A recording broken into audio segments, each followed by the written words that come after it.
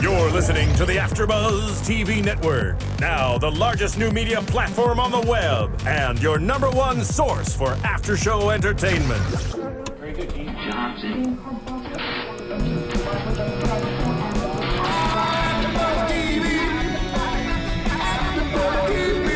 From the AFTERBUZZ Studios in Los Angeles, California, presented by Maria Menounos and streaming live thanks to Akamai Technologies, this is AFTERBUZZ TV. Hey guys, welcome into the AFTERBUZZ TV After Show here for Manhattan, WGN's new series, Manhattan. Season 1, Episode 1, the series premiere. You always hurt the ones you love. Isn't that so true? It is very true. Even before we talk about the show itself, the title is just a fact of life that we all need to learn, I guess. It applies to everyone, no matter what time period we're in. I cried just reading the title of the show before we even watched the episode. Well, I felt this is going to be a really hard-hitting, dramatic series. And it is. So far it is. Guys, I'm Bobby DeMuro with Marisa Serafini. If you guys watch Salem or Penny Dreadful or Lord knows what else we do, you know us. We've done a few. This is like in our wheelhouse right now. We couldn't find anybody to do this show with us, guys, and it's either because we're awful people, which I hope is not true. I don't think so. Or we're going to nerd out so hard on it that nobody else was going to bring the heat like we were. Oh, exactly. I completely believe it's the latter. So it's going to be fun. My mom tells me I'm really cool, so I'm just going to go with that. I mean, yes, yeah. I believe it too. All right, let's talk about the show. And guys, since this is a new show, series premiere for Manhattan, if you haven't done this for other AFTERBUZZ shows, if you're new to AFTERBUZZ, follow AFTERBUZZ on Twitter, Facebook, Instagram, all those things. It is literally just all one word, AFTERBUZZ TV. Twitter, Facebook, Instagram, all that good stuff. If you're listening on iTunes, rate us if you would be so kind, and if you are watching on YouTube, hit subscribe, comment in the comment box. We would love to hear from you. We will give our Twitter links and stuff out at the end of the show, so you guys can tweet us too if you have any great insight. Just give them out now. Let's do it now. Yeah, sure. You can follow me on Twitter and on Instagram at Serafini TV. Serafini TV. I'm at Bobby DeMuro on Twitter, at Mr. Bobby DeMuro on Instagram. So while you're following AFTERBUZZ, you can follow us too if you're new here. If you're not new to AFTERBUZZ, welcome back. We got a new show.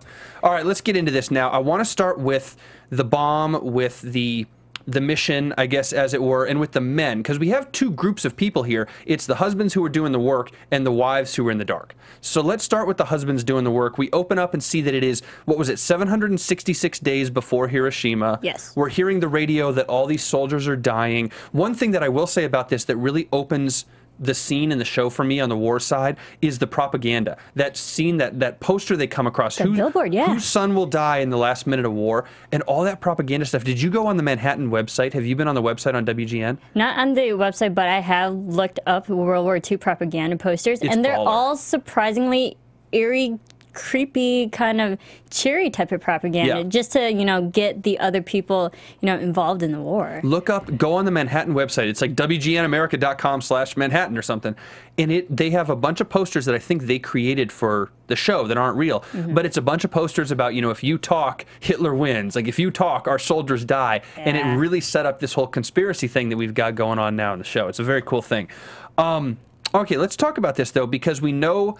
Everybody knows, hopefully, a little bit about World War II, but they may not know about the Manhattan Project. So we are introduced to Glenn and Frank. Glenn with the nice facial hair, and we've got Frank, who's kind of our main character that we learn, and we don't learn his name for a little while, but they are working on a project, and we learn very soon what it is they're working on. But the key here is Frank was hitting golf balls and realized that the compression of a golf ball can be used in a bomb, can be used in this way. So it seems to me from the start we established that Frank not only is a very good scientist and very smart, but he thinks a little outside the box. He's not the traditional... That's exactly what I was going to say. He's very creative and innovative in that way, because a lot of people are thinking scientifics and math and numbers, and then I feel like Frank has the more creative aspect, and he sees everything in a bigger, broader sense, the bigger picture.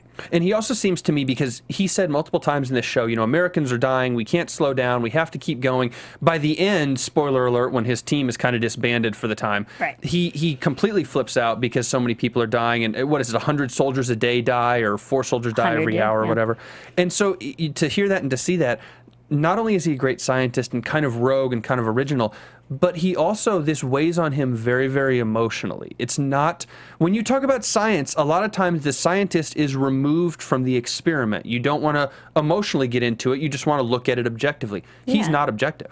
at all. No, and it's becoming black and white for him, and you can see how it's affecting him, his personality, his behavior, his his relationship with his wife too. I mean, we'll definitely get into that too. Yeah. So and this is a guy who's been in this project for a long time already, compared to other people who are just now getting introduced to the project.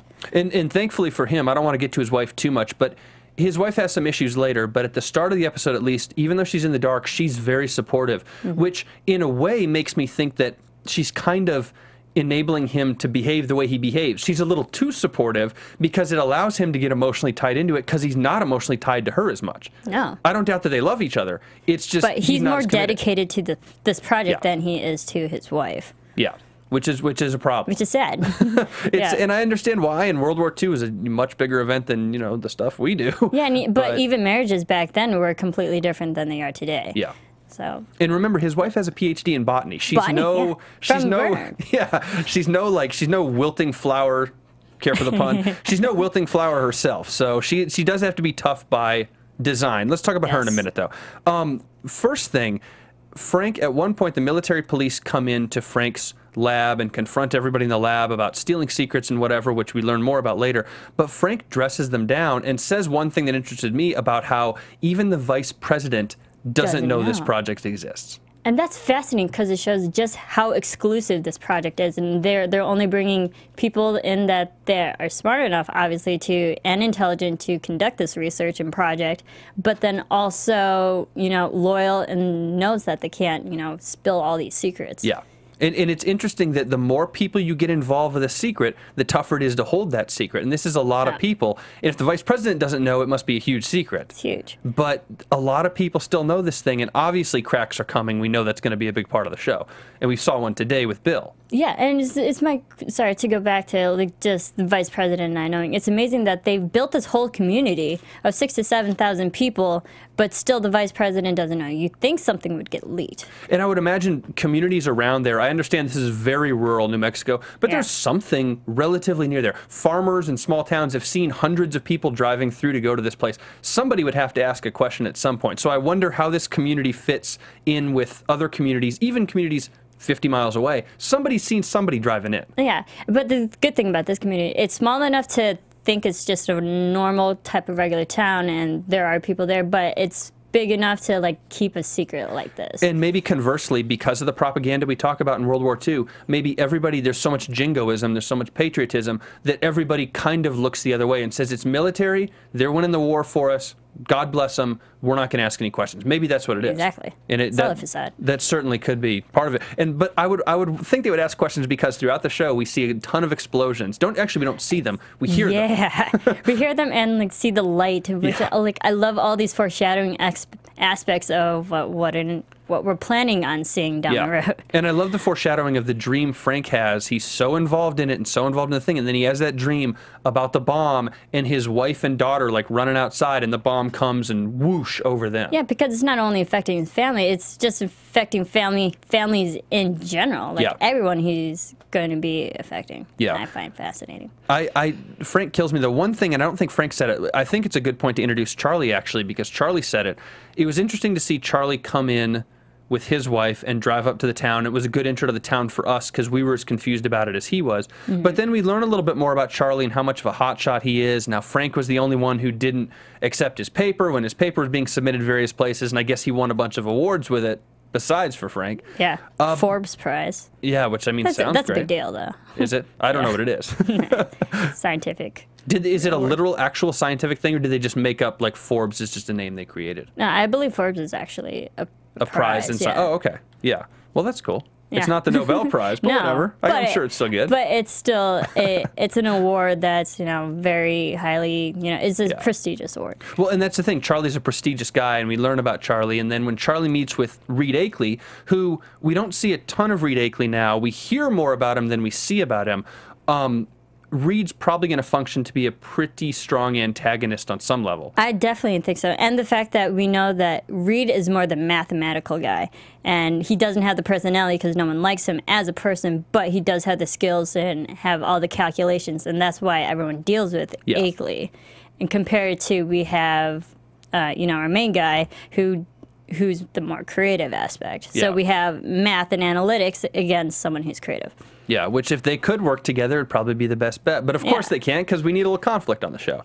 But we do learn with Charlie, and one thing Reed says to Charlie is this war will be fought on a battlefield, but peace will be won with brains, not brawn, which I think is a great foreshadow to war in the future from 1943. It was won with brains, with what happened with atomic bombs then. It was won, and it's won with brains more than brawn now in terms of technological advancement and strategy and things like that, more so than just sending out thousands of troops to different places and marching somewhere. Yeah, and I feel like today's evolution, just how society evolves, is that you have to have both to, you know, keep progressing forward. Yeah.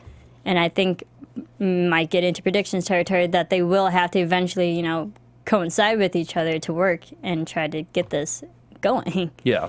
Well, we know how the story ends. We definitely know how the story ends. I think all of us do. They got to be true to that. If you don't know how the story ends, guys, you're watching the wrong show.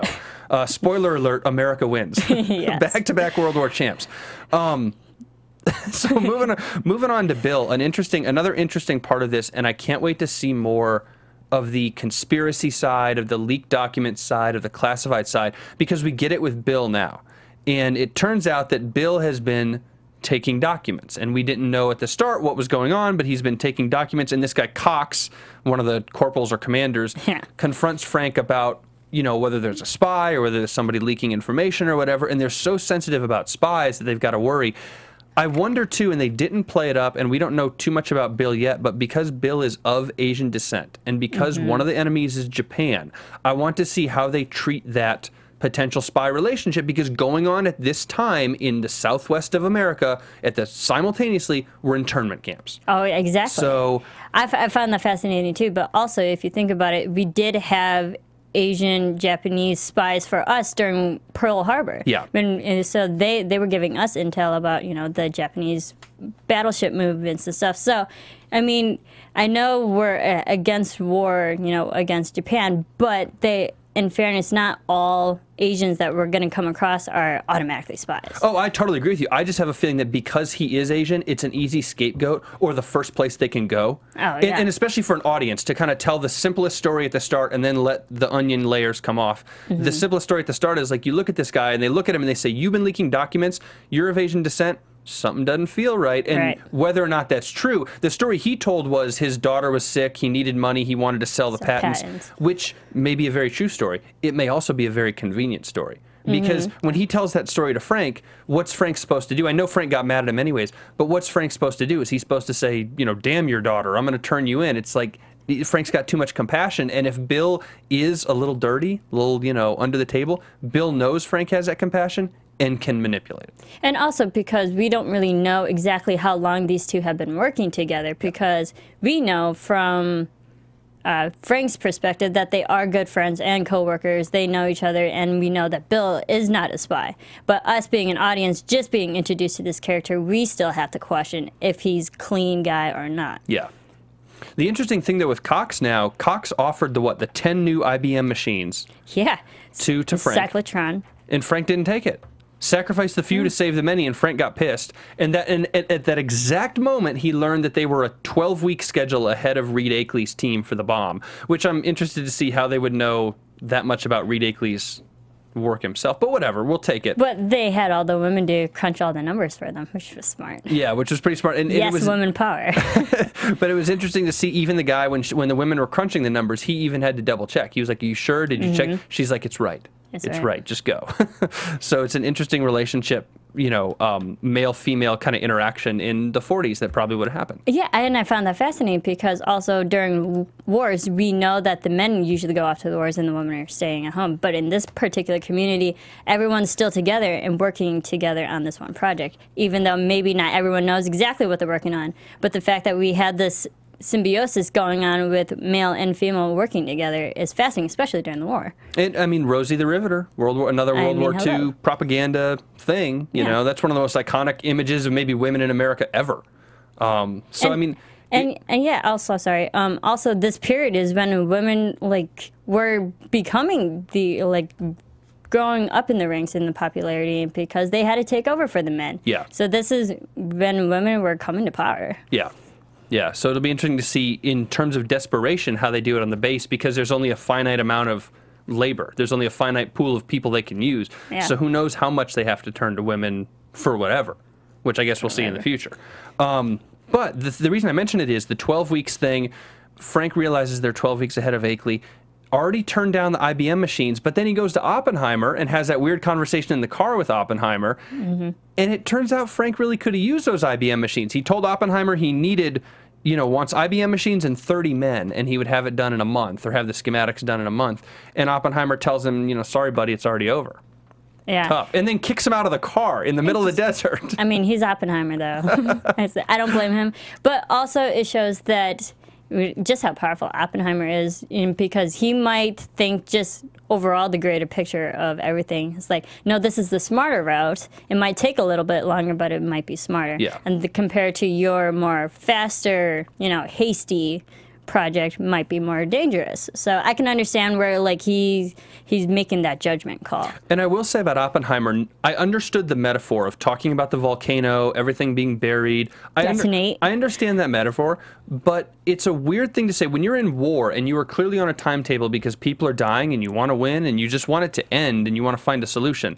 Oppenheimer's a little too artistic and a little too kind of whimsical almost to be talking about, this area, it's a volcano, and in a couple million years it's going to explode again. It was sort of like, it doesn't matter, man. We're all just on the Earth. It was like, wait a second, dude, it does matter. I didn't really picture that from a well-known physicist such as Oppenheimer. So I don't know if that was just their portrayal that they want to go with this type of character and portraying someone who was actually real, or is that just the creative license that the actor took in his portrayal? Or alternatively, maybe Oppenheimer, because he said the thing was already done, that Reed's group is the one who's going to build the bomb, that it's already over. Maybe they portrayed Oppenheimer in that way to exemplify that even Oppenheimer, as much as we thought he had power and was into it or whatever, maybe people were pulling his strings, and he was kind of defenseless too, or was powerless too, and there's larger people on the totem pole, and they're the ones telling them what has to happen. And Oppenheimer consequently sits there in the car, and he's kind of like,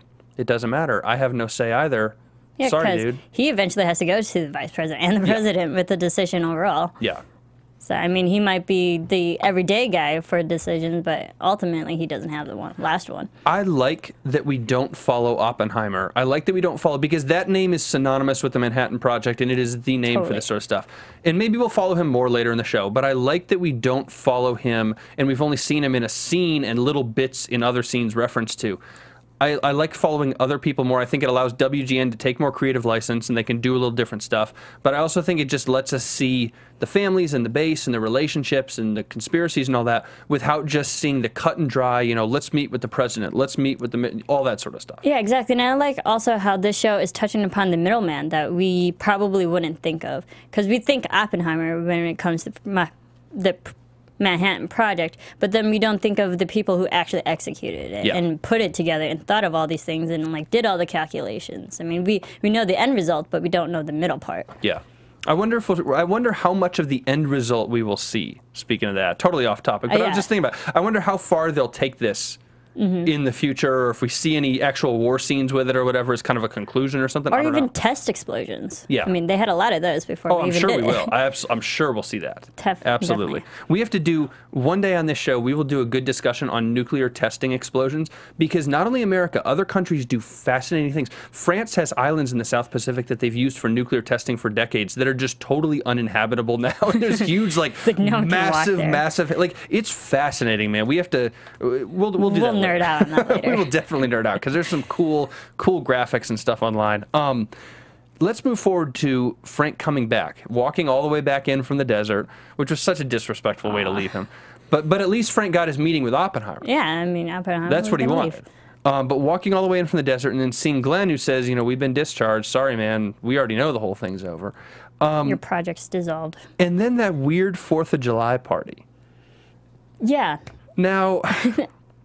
Well, there's 2 things to talk about in the 4th of July party. The first one is Frank and his emotional life and whatever happened. there's three things, really. The second one's the women. We'll get to in a minute as a whole. But the third one is Charlie. And let's talk about Charlie here before we do that. Because good old Charlie leaks some information to Abby right before that 4th of July party that's going to come into play. Oh, and that's totally going to bite him in the behind. Here's my question. So Abby says at the party, she drops that Charlie told her something. The girls pick up on it immediately. Gadget. And she says, she lies to him, says it was a radar system to pick up Hitler's warplanes from half a world away, blah, blah, blah. Here's my question for you. Did Charlie tell Abby the truth and Abby just came up with a lie on the girls? Or is what Abby told the girls the same thing Charlie told Abby? And he wanted to get something off his chest, but he lied to her so she would feel included, but he didn't have to tell her confidential info. Right. I mean, it's so hard because they edited that conversation between Charlie and his wife so short that it seems like he was telling all of the information, and they're calling it the gadget instead of an atomic bomb. Yeah. But because they cut it in half and we didn't see the full conversation, at this point, because it's so new to this couple, and that I feel that Charlie might have actually told the whole truth. But then when she was relaying the information to the women and then finally realized that, hey, these women don't know anything that's going on, and I should probably keep this a secret, so she lied on, right then and there on the spot. I 100% agree with you, and I will add that I think Charlie probably told Abby the truth because it weighs on these guys so much. And yes, I know Charlie's new, but Charlie's so new to the project, so young and so green, and he and Abby are in love, and they're, best friends, whatever you want to call that. I mean, they have a very close bond, being in love and being married. You want to tell that person everything, and when you can't, it kind of eats up at you anyways. And look at Frank having to finally come clean and tell somebody. Now, the person he told didn't speak English, so there were no consequences. But even Frank, it eats him up so much he has to tell somebody that I think with Charlie, it probably ate him up too, and he had to tell Abby. Yeah, and I think that, Charlie said it all right then and there because they've only been in that town for, 1-2 days, and it's already affecting them in their marriage already. So I think, yes, because we compare to Frank's relationship with his wife, that they've been going on for so long, it's literally deteriorating their marriage. Yeah. So I think it's really the truth at front. And then Frank and Charlie kind of meet up at this party after Charlie's issue with his wife, which we'll talk about the wife's metaphor with the flowers and stuff when we get to the women in a second, because I know you got a lot on that. But let's fast forward past that for a minute and finish up on the guys before we go to the women. Frank and Charlie kind of confront each other about the paper rejection and all that, and then Charlie asks an interesting question about future wars, which we were talking about. What does this technology do in future wars? We can solve this now. We can drop a bomb on Japan, which they end up doing. We can create peace for the time. But if this technology is out there, if other countries have this, what does it mean what does he say, when Stalin gets China and all these other countries involved? And he's right. Yeah, and I love the metaphor that he uses, and also the golem, because golem itself means, that there's no shape to it, and so you don't know, because they're creating such an important project, and then if it could all backfire on them at any second. So they really have to be careful about that. And I love that metaphor, being like, hey, we got to be the first ones to do this, because whoever is the first one to complete this project, complete the atomic bomb, is endgame. Yeah. So we got to be the first ones to do it. Yeah. And I loved how they really pointed that out. It really is, you have to be smart about it, but you also have to be fast about it. And that's the quintessential conflict between Reed Akeley's team and Frank's team. Frank is now faster. He's 12 weeks faster. He flies by the seat of his pants, it appears, a little bit. And Reed is more scientific, mathematical, proper. Both have their strengths, but how do you do it properly and efficiently? Yeah, and that's the thing. And then Frank, the cutest scene to me in a weird way was Frank talking about the death and destruction coming from an A-bomb and all this stuff to the housekeeper, to the Spanish woman, or to the Hispanic woman who speaks no English. I loved that. The whole scene, I'm like, who is he telling? Who is he telling? Right. Who is he? And then I see her, and I'm like, you got to be kidding. It's perfect. But it's also because how they edited it, too. Because we see Frank and then looking at his wife, and then we hear the voiceover. So you think that he's speaking to his wife, and really he's just speaking to the housekeeper. And that was smart, though. It was smart, and good for him for not telling anybody. And hopefully Charlie didn't tell Abby, although we both think she did. I think he did. But good for Frank for finally getting it off his chest. My only concern is, you can't lie to your wife. You can't keep stuff from your wife. I respect the confidentiality of the military and stuff, but if you're gonna break the confidentiality and tell anybody, even if they don't speak English, it's still a little weird to have to now keep this stuff from your wife. And as we see, they obviously have a strained relationship because of it. As tough as she is, that relationship is still strained. It's kind of doomed right now. Yeah. But also, I love how the wife is still understanding despite everything that's going on because of the secrecy and the distance that's now in between them, that she's also a scientist, so she understands things in a certain way to be like, this project is for your science and I can understand that. Yeah. So, and like, I like that relationship more so that like, hey, I'm just a woman and I need my husband, but like, from this scientific aspect. Well, let's talk women bees. I'm glad you brought that up because my first point about the women is all of them are, to this point, from what we've seen, all of them are kind of stereotypical housewives, in the dark, gossipy. I don't mean to be cruel. I mean, I think that's just the stereotype they're establishing.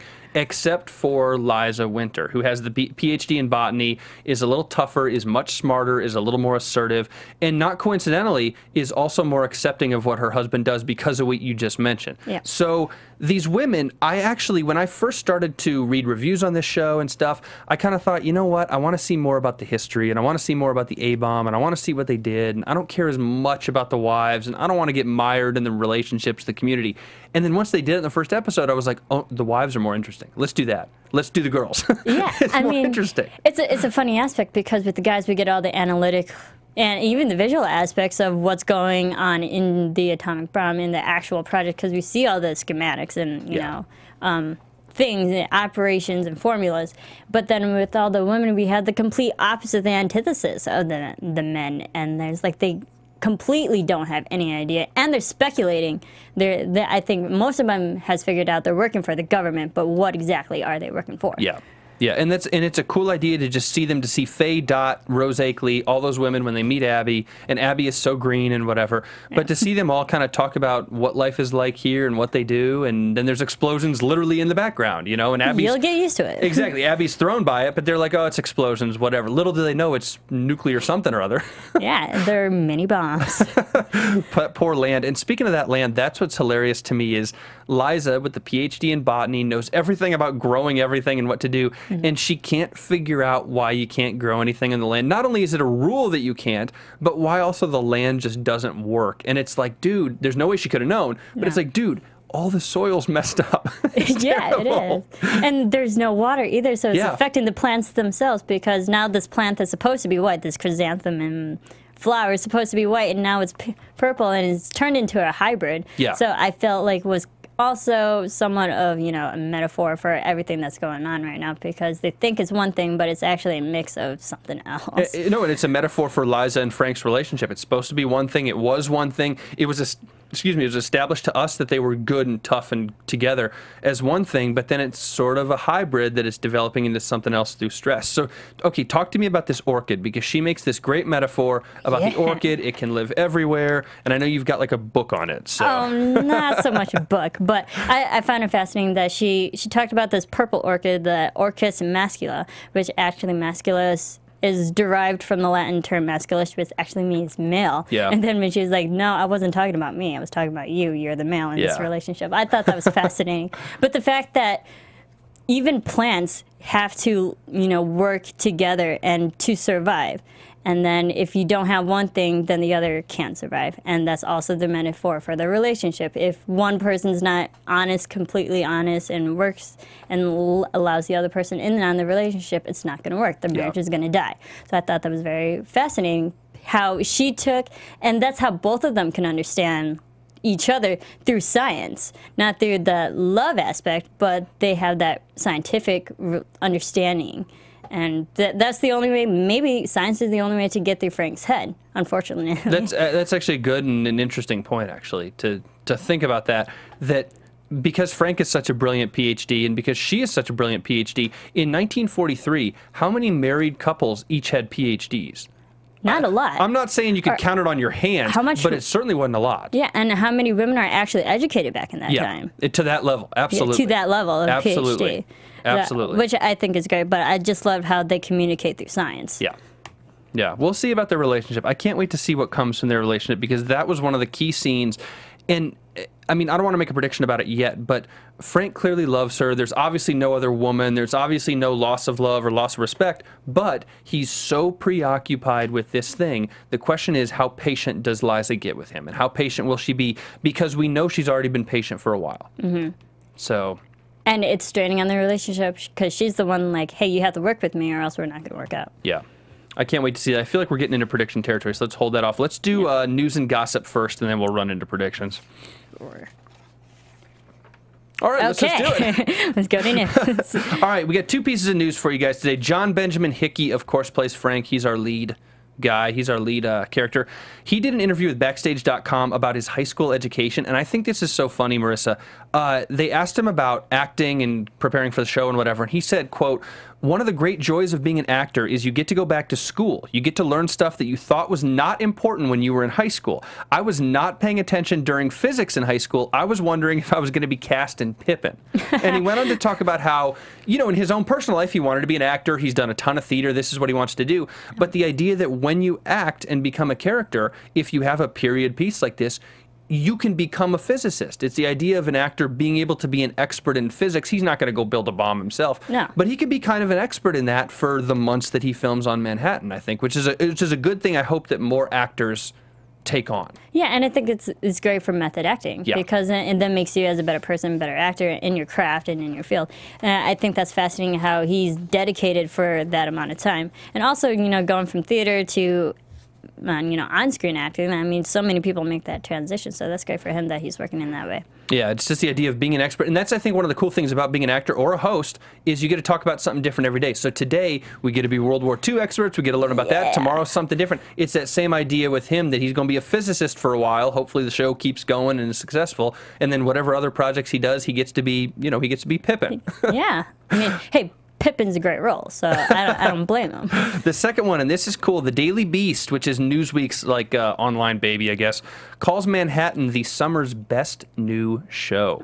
I was a little skeptical at first, but the critic, Kevin Fallon, their critic, writes a ton of good stuff, including, quote, "There's a set of hurdles a new television series typically needs to clear in order to get viewers to watch it. First, it should be good, something that the compelling new drama Manhattan has going for it. The second hurdle, though, is where Manhattan might stumble, drilling into potential viewers' heads where and when to watch it. You see, Manhattan airs on WGN America, and most TV consumers have no idea what the hell WGN America is." Which is true, unfortunately. Well, this is a sophomore show, so Yeah. I mean, people are just now getting onto the WGN bandwagon. I mean, we've been there since Salem. And that's why I wanted to bring this news in, because we did Salem, which was WGN's first scripted drama, and he blasts Salem. The Daily Beast blows up Salem. They say Salem got a lot of viewers, surprisingly, but it wasn't any good, which I disagree with. No, but he says this one's going to be significantly better story-wise. I guess he had seen the first few episodes and said it really picks up in episode 2. So. And also about Manhattan, because Manhattan, yes, Salem was based off of real-life events too, but Manhattan affected so many more people. This was a worldly environmental problem. And so much more recently. There's a lot of people who were alive during the Manhattan Project. Yeah, but a lot of people still alive. Not a lot of people, well, I mean, yeah, a lot of people still alive who were alive for it. Not a lot of people today were alive during the Salem witch trials. Yeah, back in, except for those witches, right? Yeah, I mean, and that's the interesting thing with WGN, and we can talk about the business of television, but the idea that they are growing into a scripted thing, and they kind of said that Manhattan, Kevin Fallon, the critic, thought that Manhattan was going to be WGN's Mad Men, and he said how AMC how Mad Men put AMC on the map. He thinks that Manhattan may put WGN on that scripted drama map, where TV fans and viewers will say, "Okay, let's see what WGN comes out with next season. I'm gonna watch whatever they do." Well, the interesting, I find fascinating he made that comparison, because Mad Men had a lot of strong male characters, and then you had the women characters on the side who are still intriguing, and I feel like we had the same similarities with this show. I mean, a lot of strong men, leading actors, and then we also have the women who bring an interesting aspect to the story. And both Mad Men and Manhattan, very specific period pieces, you know, several decades ago in American history. Not too far along from time periods. Absolutely, either. yeah. And things that are very specific in how they talk, how they dress, how they act, and they have to be stuff like that because people alive today remember those time periods, so they have to honor those, different than maybe Salem, WGN's other show. Yeah. All right, let's get into... Actually, sorry, before we get into predictions, I just wanted to quickly touch upon the different groups that are in the Manhattan Project, because I personally didn't realize how many different groups were actually a part of this, and then so many groups that were actually shut down that we don't really know and didn't think of, because again, we know the end result, but we didn't know how many people were actually involved in like different ideas that they were doing while they were trying to execute it. I mean, and did you notice the badges that they were wearing? The like G11 the different letters, and G16 or whatever, absolutely. So like whatever groups they were in. So it makes me think, how many specific groups and letterings did they have? Well, and it's. Do you know what this reminds me of? I know you've seen this movie because you've seen every movie. Twister. Oh, yes, of course. This reminds me a lot of Twister because Bill Paxton's group was a little more rogue and they kind of had the trucks and whatever. And then I can't remember the character's name, but it was Cary Elwes. Cary Elwes. His group was like they had all the money, they had all the funding. He's like Reed Akeley, and he was a little more overtly evil than Reed Akeley is at this point. But this reminds me a lot of Twister and like competing groups for the same thing in the same situation. And again, one's more scientific, math has all that, and then the other's more creative and just goes for it. I'm gonna watch Twister tonight. I got to write that down. It's a great film. It's a great film. It's a wonderful film. Yes, I approve. And of course, one of Philip Seymour Hoffman's that a lot of people probably forget about because he doesn't have a huge role. But he was great in that film. We digress. All right. Let's, should we do predictions now? Absolutely. And now, your AfterBuzz TV predictions. Helen Hunt. A lot of people in that, I'm telling you. No, Helen Hunt was great. Oh, man. Okay, let's do, you know what, start off with predictions. I've got one about Bill, but I have a feeling we're both going to talk about him. But what do you think? I think, just going back to the marriage aspect, we're going to see more straining relationships going on. And I think releasing all these little secrets to people, especially Frank going to that one woman, maybe someone overheard him, who knows. And then we also had Charlie releasing this information to his wife. If he said everything in full in honesty, that's going to definitely bite him, especially for being so new, that there are definitely going to be more people accusing each other of being spies. I think so. And I think, speaking of spies, two things for me. First off, I believe the way Bill was kidnapped or whatever at the end of the episode and kind of dragged back with a bag over his head, I think they're looking at Bill as a spy. Because Asian descent, internment camps in this period of time, I don't know if he is or is not a spy. I don't know if what he was telling Frank was the truth. I guess I'll predict that he was telling the truth. I'll give him the benefit of the doubt. But I think they think he is a spy. He's going into an internment camp or wherever, and they're in big trouble. Second one for me, Charlie and Frank have too good of a relationship. Charlie was too jilted when Frank rejected his paper, and Charlie learned everything about Frank afterwards. Charlie will defect from Reed Akeley's team to Frank's team. That's exactly what I said. I was like, Charlie's going to leave Akeley because he respects Frank more so than he does Akeley. 100%. Akeley's just showing off all the technology and everything, but Frank actually wants has this the idea. Yeah, absolutely. All right, we did at the start of the show, but social media links, I know they want to tweet you. Where can we get you? Yeah, absolutely. You can follow me on Twitter and on Instagram at Serafini TV. And I'm on Twitter at Bobby DeMuro, on Instagram at Mr. Bobby DeMuro. If you want to tweet AfterBuzz, if you're new to the show, at AfterBuzz TV. Just one word on Twitter, Facebook, Instagram, all those places. All right, guys. And Snapchat. And do you really have a Snapchat? No, you do. I do have a Snapchat. I won't give it out today, though. All right, guys, that's it this week on Manhattan. We'll see you next week for episode 2. Thank you for joining us. Good night. From executive producers Maria Menounos, Kevin Undergaro, Phil Svitek, and the entire AfterBuzz TV staff, we would like to thank you for listening to the AfterBuzz TV network.